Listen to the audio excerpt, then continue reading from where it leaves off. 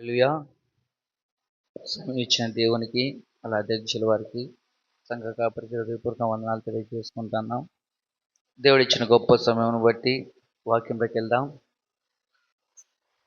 సామెతల గ్రంథము 24వ అధ్యాయము. సామెతల గ్రంథము 24 10వ వచనం చదువుకుందాం. శ్రమ దినమున నీవు కుంగిన ఎడల నీవు చాతగాని వాడివి. హల్లెలూయా, హల్లెలూయా. శ్రమ దినమున నీవు కుంగిన ఎడల చాతగాని వాడివద్దు అని దేవుడు మాట్లాడుతాడు. ఎందు నిమిత్తం మనము చాతగాని వాడివిగా ఇంకా మనం మిగిలిపోయినాం. కారణం ఏమైనదంటే, దేవుని విషయంలో ఏదైనా ప్రార్థన చేసినప్పుడు మనం ఎందుకు ఇంకా చాతగాని వాడిగా మిగిలిపోయినాం? ఆశీర్వాద విషయంలోనా, ఆరోగ్య విషయంలోనా, సంపద విషయంలోనా, ఉద్యోగ విషయంలోనా, వ్యాపార విషయంలోనా, దేని విషయంలో మనం మందిరానికి వెళ్తా ఉన్నాం, అయినను మన ఆశీర్వాదము అక్కడనే ఆగిపోయింది. మనం ఎలా ఉన్నామంటే చాతగాని వాడిగా మిగిలిపోయినాం. హల్లెలూయా, హల్లెలూయా. కారణం ఏమైనది? దేవునితో నీ బంధం ఎలా ఉంది? ఆశీర్వాదం తీసుకునే వారిగా ఉన్నామా, లేకపోతే అలాగనే మందిరానికి వస్తూ కూడా చాతగాని వాడిగా మిగిలిపోయాం? కారణం ఏమైనది అంటే మనం జ్ఞాపకం చేసుకోవాలి, ఎందు నిమిత్తం మనం చాతగాని వాడిగా మిగిలిపోయాం. హల్లెలూయా. చూద్దాం, యెషయా గ్రంథం 58:13 వచనం చూద్దాం. 58:13 వచనం.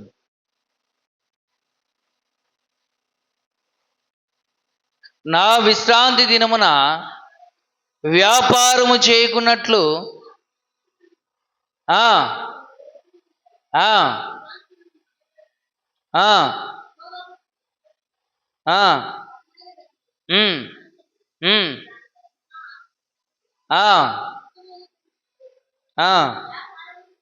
వ్యాపారము చేయకయు లోక వార్తను చెప్పుకొనుకునియు ఉండిన ఎడల, హల్లెలూయా, మన ఆనందం ఎక్కడుందంట? సన్నిధిలోనే ఉంది. ఆదివారం దినాన దేవునితో మనము గడపకుండా లోకముతో గడుపుతా ఉన్నాము కనుకనే మనం ఇంకా చాతగాని వారిగా మిగిలిపోయాం. మన ప్రార్థన యావత్తు కూడా ఆలకింపలేకపోతా ఉన్నది. మనం ఏవి కోరుకున్నా, ఏం ప్రార్థించినా, ఏది చేసినానో అక్కడే ఆగిపోయి ఉన్నది. దానికి కారణం ఏంటంటే, ప్రభువులో మనము నివసించట్లేదు, ప్రభుతో మనము గడపట్లేదు. ప్రభుతో మనము గడపట్లేదు కనుక మన ఆశీర్వాదాలు అన్నీ కూడా అలాగనే ఆగిపోయాను. కారణం ఏమైనది? ఎందుకు చాతగాని వాడిగా మిగిలిపోయాను? మోషే నత్తివాడ అయినప్పుడు దేవుడు మాట్లాడాడు, అయ్యా నువ్వు వెళ్ళి ఆ ప్రాంతానికి వెళ్ళినప్పుడు, అయ్యా నేను మాట కూడా మాట్లాడలేని వాడిని, నేను సరేవని కాదయ్యా అని చెప్పేసి మోసినప్పుడు దేవుడు, నేను నీకు తోడుగా, ఎవరున్నారంట తోడుగా? దేవుడు మోషేకి తోడుగా, నువ్వు వెళ్ళు అన్నప్పుడు ఆయన ప్రార్థన చేసిన, ఎక్కడైతే అడుగు పెట్టినాడో, ఆయన నోటితో ఏదైతే ప్రవచించినాడో ప్రతి కూడా నెరవేర్చబడినది. కారణం ఏమైనది? ఆయన క్రీస్తుతో నడిచాడు కనుక, ఆయన ఏదైతే చెప్పినాడో దాని ప్రకారం ఆయన జీవించాడు కనుక ఆయన జీవితంలో చాతగాని వాడిగా మిగిలిపోయాడు. ఆయన లేదు, ఆయన దీవించబడ్డాడు. ఆయన కారణం ఏమైంది? ఆయన క్రీస్తుతో నడిచాడు కనుక ఆయన దీవించబడ్డాడు. ఈరోజు మనము క్రీస్తుతో నడుస్తున్నామా?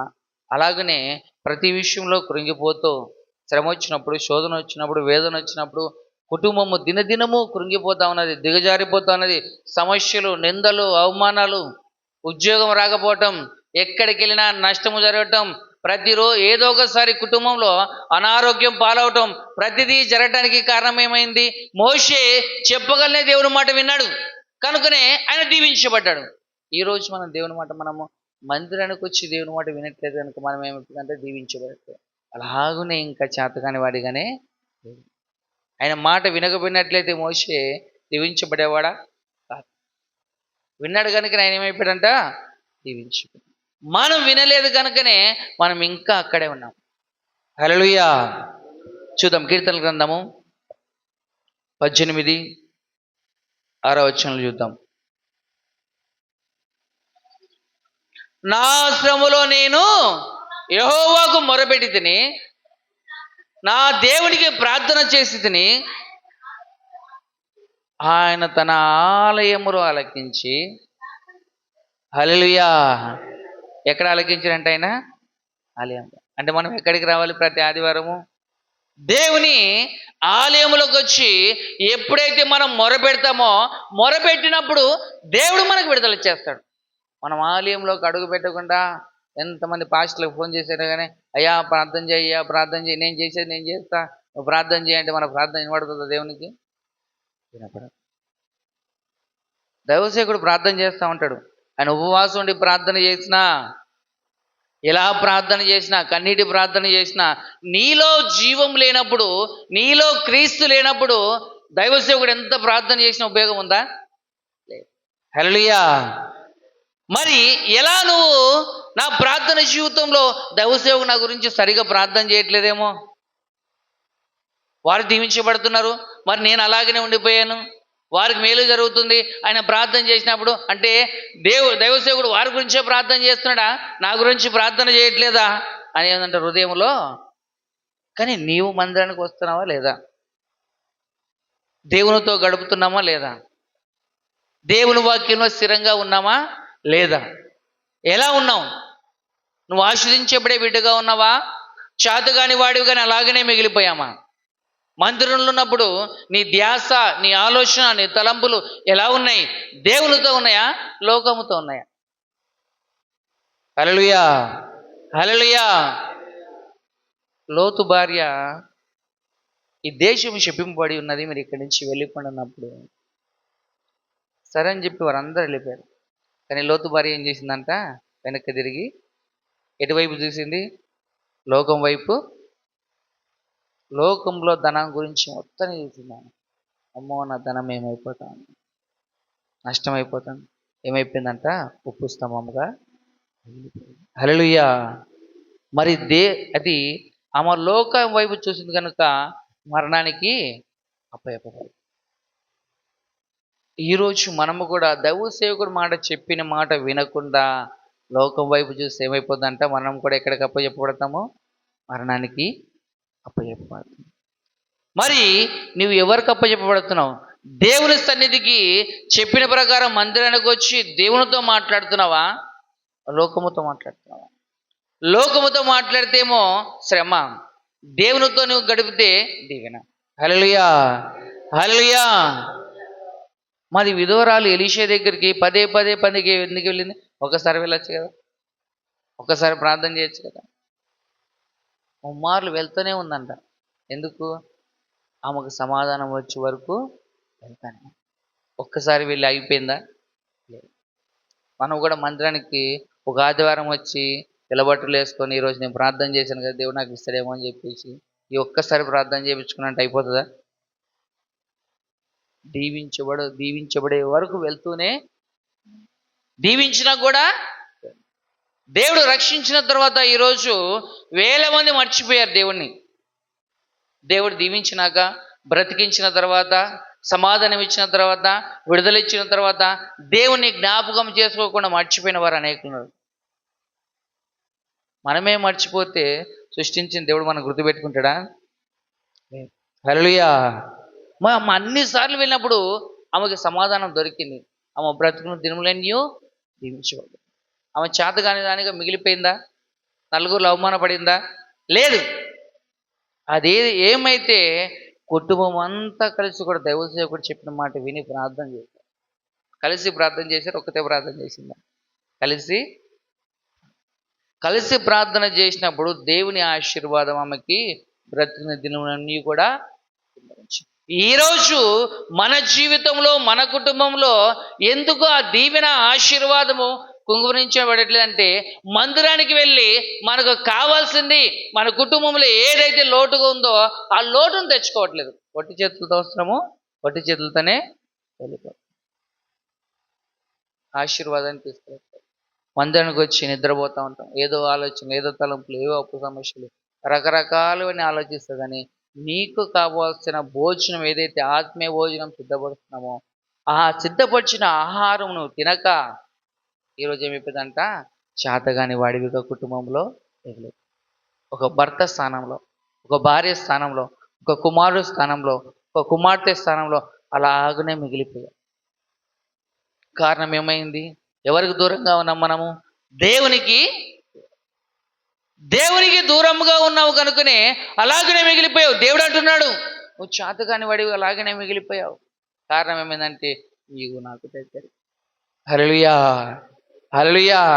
మనం దేవునికి ఎప్పుడైతే దగ్గరగా ఉంటామో దీవెన కూడా అంత దగ్గరగానే. మరి ఆ విధవరాలు దేవుని దగ్గరికి పదే పదే పదే పదే దైవ సేవకుడికి, అయ్యా నన్ను దీవించు, నన్ను దీవించు, నన్ను దీవించు, నా సమస్యను ఒక్కసారి వినయ్యా అని చెప్పి గోజాడింది. విన్నాడా లేదా? దేవుని పంపించాడా లేదా ఇంటికి? హల్లెలూయా. ధనం ఇవ్వచ్చు కదా, ఒకవేళ డబ్బు ఇవ్వచ్చు కదా, ఏమీ లేదు. నువ్వు ఎలా దీవించబడాలి, ఎలా ప్రార్థన చేస్తే నువ్వు దీవించబడతావు, ఈ ఒక్కరోజు తాగిపోకూడదు నీ దీవెన. నువ్వు బ్రతికిన దినములన్నీ కూడా నీ దీవెన రావాలంటే నీవు నీ కుటుంబం ఒక్కతే ప్రార్థన చేయాలా? కొన్నిసార్లు మనం దైవ సేవకుని అడుగుతాం, ఏమన్నా, అయ్యా ప్రార్థన చేయి. నేను ప్రార్థన చేస్తున్నాను అయ్యా. నువ్వు ప్రార్థన చేస్తే సరిపోయిందా? కుమారుడు ప్రార్థన చేయాలి, కుమార్తె ప్రార్థన చేయాలి, భర్త ప్రార్థన చేయాలి. కలిసి ప్రార్థన చేస్తేనే దీవించబడతాం. ఒక్క చేత చప్పట్లు కొట్టగలుగుతామా? లేదు. మరి చేతులన్నీ కలిస్తేనే, రెండు చేతులు కలిస్తేనే శబ్దం వస్తుంది. మరి అది కలవకుండా నువ్వు మందిరానికి వస్తూనే ఉన్నావు. హల్లెలూయా, హల్లెలూయా. దానికి కారణం ఏమైనది? వాక్యం విత్తబడతా ఉన్నది, కానీ వాక్యం ప్రకారం జీవించట్లేదు. దీవెన మాత్రము కావాలి, ఆశీర్వాదం మాత్రము కావాలి, ఉద్యోగం మాత్రము. మరి సమూయేలుని హన్నా పుట్టిన వెంబడి ఎక్కడ విడిచిపెట్టిందండి? ఎవరి దగ్గర చేసింది? దేవునికి, లోకానికి దగ్గర చేసిందా? దేవుని దగ్గర చేసిందా? మరి ఈరోజు మన కుమారుల్ని ఉద్యోగాలు కావాలయ్యా, మంచి తెలివి కావాలయ్యా, ఎగ్జామ్స్లో మంచి మార్క్స్ రావాలయ్యా. మరి నువ్వు ఎవరికి దగ్గర చేస్తున్నావు? దేవునికా, లోకానికా? మరి సమూయేలు దీవించబట్టడానికేమో నా కొడుకు దీవించబడాలని చెప్పి దేవుని దగ్గర చేసింది. ఈరోజు మనమేమో మనం విచ్చలవిడిగా వదిలేసాం. వదిలేస్తే లోకం ఇచ్చిందా? ఏమిచ్చింది? లోకంలో ఏం కావాలో వాడు తెచ్చుకుంటున్నాడు. మరి దీవించబడతాడా? హల్లెలూయా, హల్లెలూయా. మరి దీవించబడాలంటే నువ్వు ఎవరి దగ్గరికి వెళ్ళాలి? ఎవరికి అప్పచెప్పబడాలి? దేవునికి. నీ కుమారుని, కుమార్తెని దేవునికి అప్పచెప్పబడాలి. వాడు బ్రతికిన దినములన్నీ దీవెనలే అన్నా కదా. మరి కృపాక్షేమం ఎలా వస్తుంది? ఎక్కడి నుంచి రావాలా కృపాక్షేమం? మందిరము నుంచే. దేవుడు ఎక్కడ రమ్మన్నాడు? ఎక్కడికి వచ్చి మొరపెట్టి ప్రార్థన చేయాలి? మళ్ళీ చదవమా 18:6. నా శ్రమలో నేను యెహోవాకు మొరపెట్టి తిని, నా దేవునికి ప్రార్థన చేసి తిని. ఎక్కడంట? మరి ఆలయముకు రాకుండా నువ్వు ప్రార్థన చేసే ఉపయోగం ఉందా? వస్తుందా దీవెన? ఆశీర్వాదం వస్తుందా? ఏది కూడా రాదు. నువ్వు ఎన్ని దినాలు ఇంటి దగ్గర కూర్చొని స్తోత్రం స్తోత్రం స్తోత్రం అనుకున్నా కానీ ఉపయోగం ఉందా?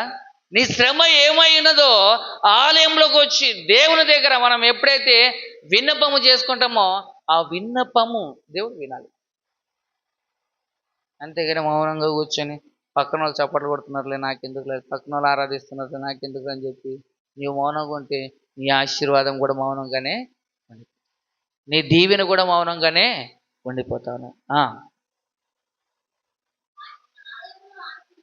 తన ఆలయములో ఆలకించి నా ప్రార్థన. హల్లెలూయా. ఎక్కడ ప్రార్థన చేస్తే దేవుడు ఆలకిస్తాడంట? ఆయన మందిరంలో ప్రార్థన చేస్తే. అంతేగాని దైవ సేవకుని ఇంటికి పిలిపించుకొని ప్రార్థన చేయి, ప్రార్థన చేయి, ప్రార్థన చేయి అంటే అయిపోతుందా?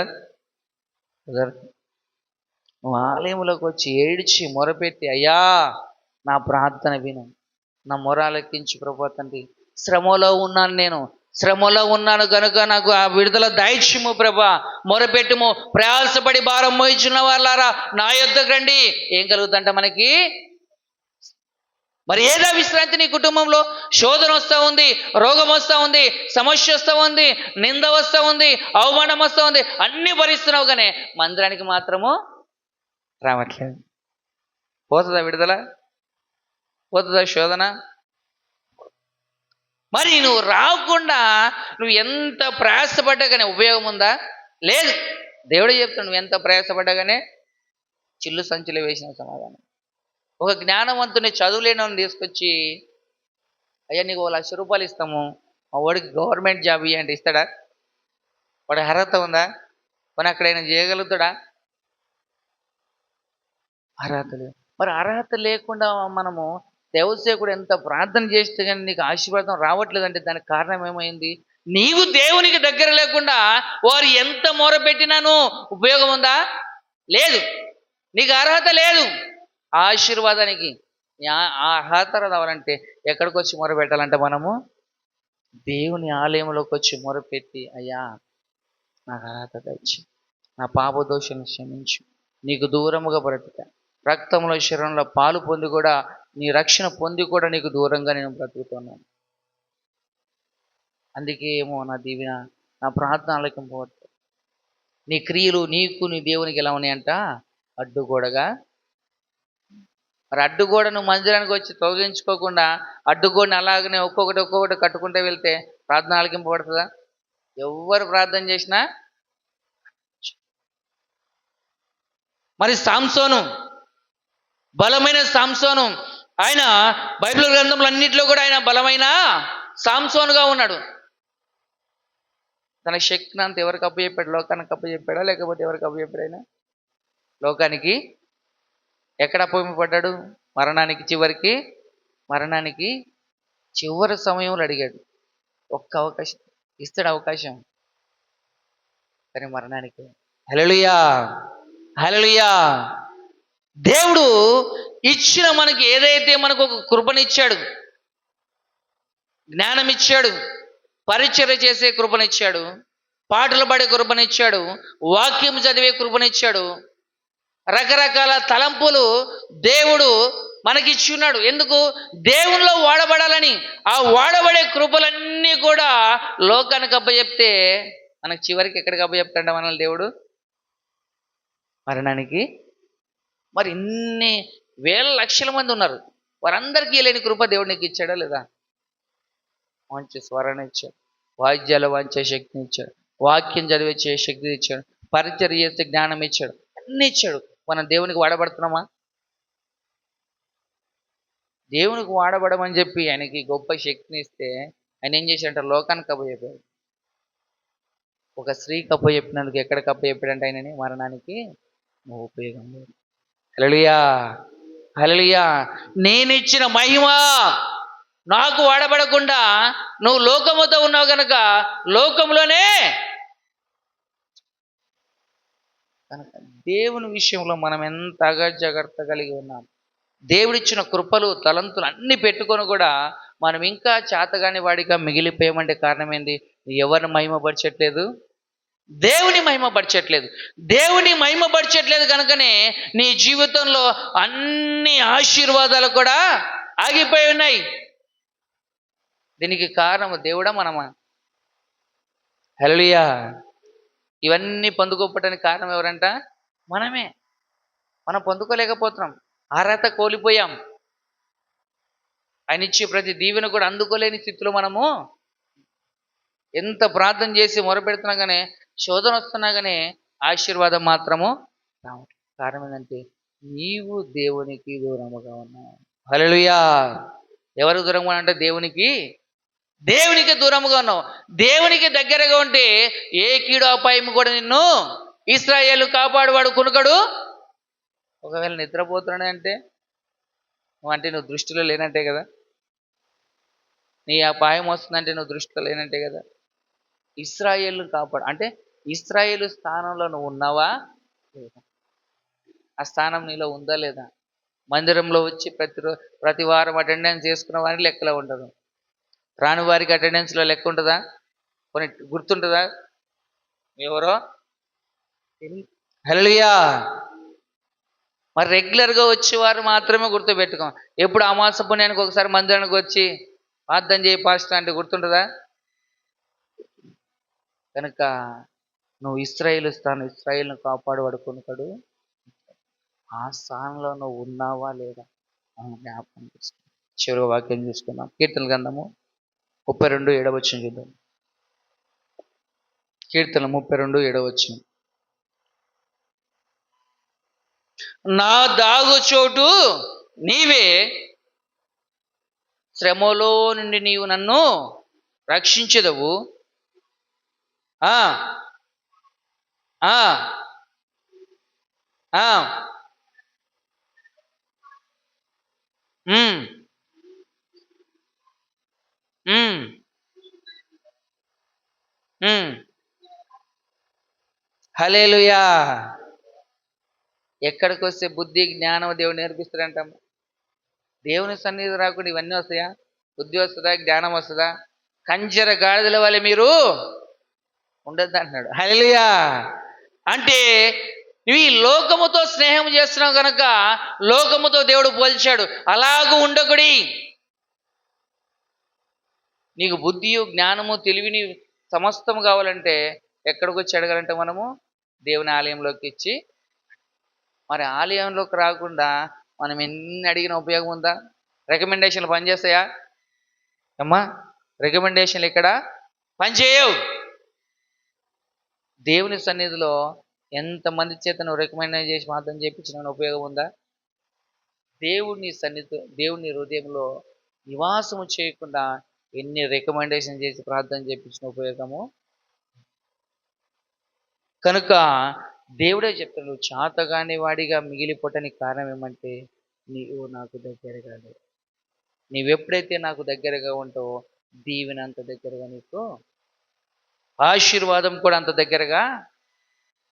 మరి అలాంటి ఆశీర్వాదాన్ని మనం కోల్పోతూ దేవునిగా దూరంగా జీవించి మరణానికి అప్పచెప్పబడుతున్నాము. కానీ దేవునికి దగ్గర నువ్వెప్పుడైతే కుటుంబం అంతా కలిసి నువ్వెప్పుడైతే మందిరానికి వచ్చి దేవుని ప్రేమిస్తావో, దేవుని ఆరాధిస్తావో, అప్పుడు మాత్రమే మన కుటుంబాలు దీవించబడతాయి. దేవుడి ఈ వాక్యం దీవించును గాక.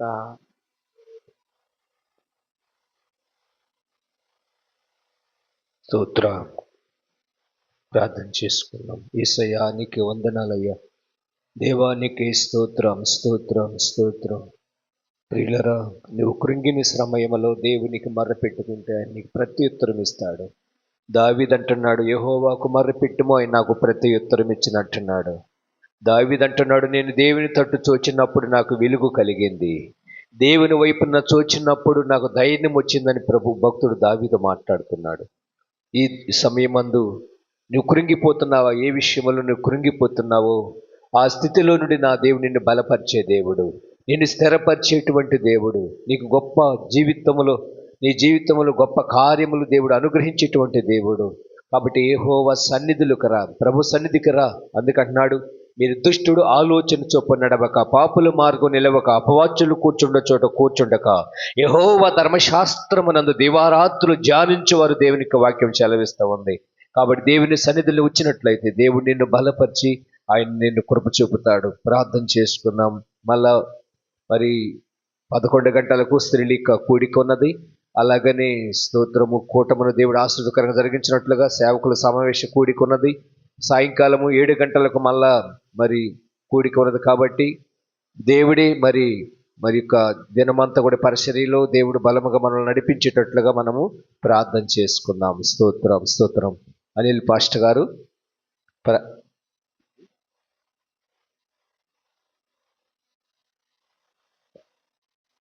ఓకే. స్తోత్రం స్తోత్రం.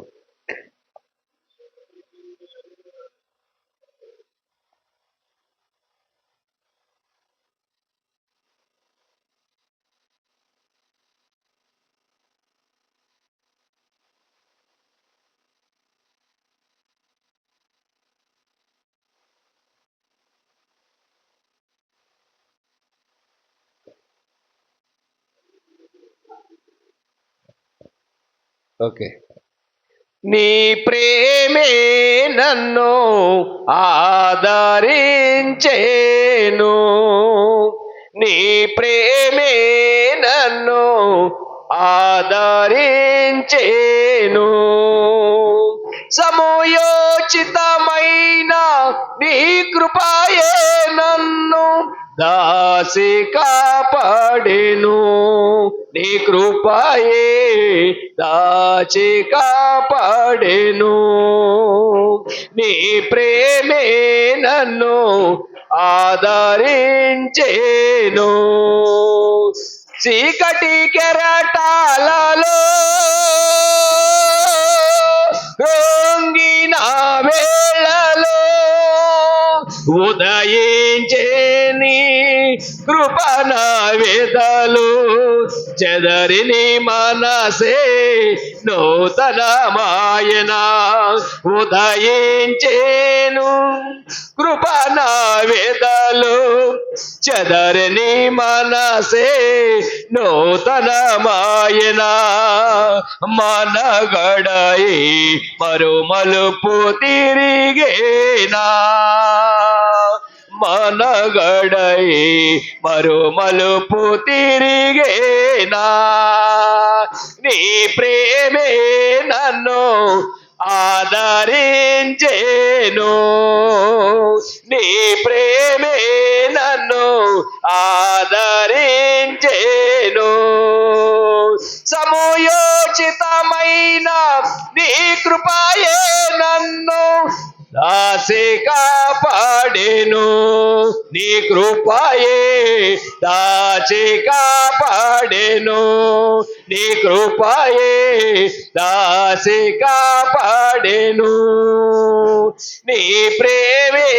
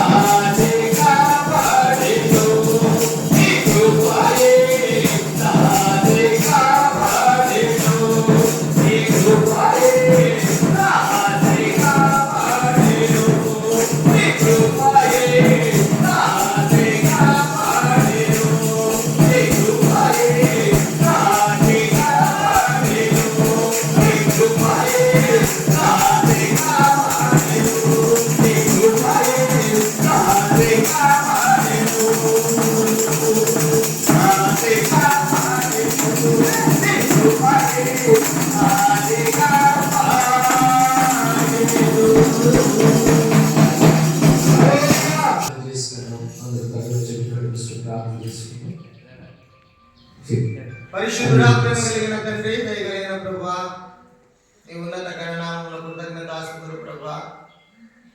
రాత్రికాల సభలో ఘనముగా కార్యము జరిగించినాం దేవా. స్థానిక సంఘములో నాయకులను బట్టి, సేవకులను బట్టి, పరిచయం బట్టి కృతజ్ఞతలు. సంఘ బిడ్డలను బట్టి వందనాలు తండ్రి. సంఘ క్షేమాభివృద్ధి కూడిక ఎంతో విజయవంతంగా జరిగిస్తున్నందుకు వందనాలు. ఈ ఉదయకాల స్థితి కూడికలో ఆరాధించే భాగ్యములు, ధన్యతను, యోగ్యతను మా అందరికీ ఇచ్చినందుకు నీ స్తోత్రాలు. ఈ గ్రామ క్షేమం కొరకై, సంఘ క్షేమం కొరకై, కుటుంబాల క్షేమం కొరకై మేము చేస్తున్న ప్రతి ప్రార్థనని ఆలకించి జవాబును మీరు దయచేయమని ప్రార్థన చేస్తున్నాం నాయన. కృతజ్ఞతాస్తుతులు. ఉదయకాలంలో దేవా, అదే స్త్రీల సదస్సు, అదేవిధంగా సేవకుల సదస్సు కూడా జ్ఞాపకం చేసుకుని చక్కగా మీరు జరిగించమని ప్రార్థన చేస్తున్నాం. ఈ రోజు రాత్రికాల సమయంలో కూడా నాయన ఆశ్చర్యకరమైన సంగతులు మేమందరం పుట్టినట్లు దేవా మీరు మాట్లాడి ఈ పరిచయాలన్నింటినీ కూడా మీరు దీవించాలి. ఉదయకాలం నీ కృప మా ಎಲ್ಲరినీ ఆవరించునుగా. యేసు నామములో ఈ సమస్తము పొందుకొని ఉన్నాము మా ప్రియ పరలోకపు తండ్రి. మన పరమ తండ్రి అయిన దేవునికి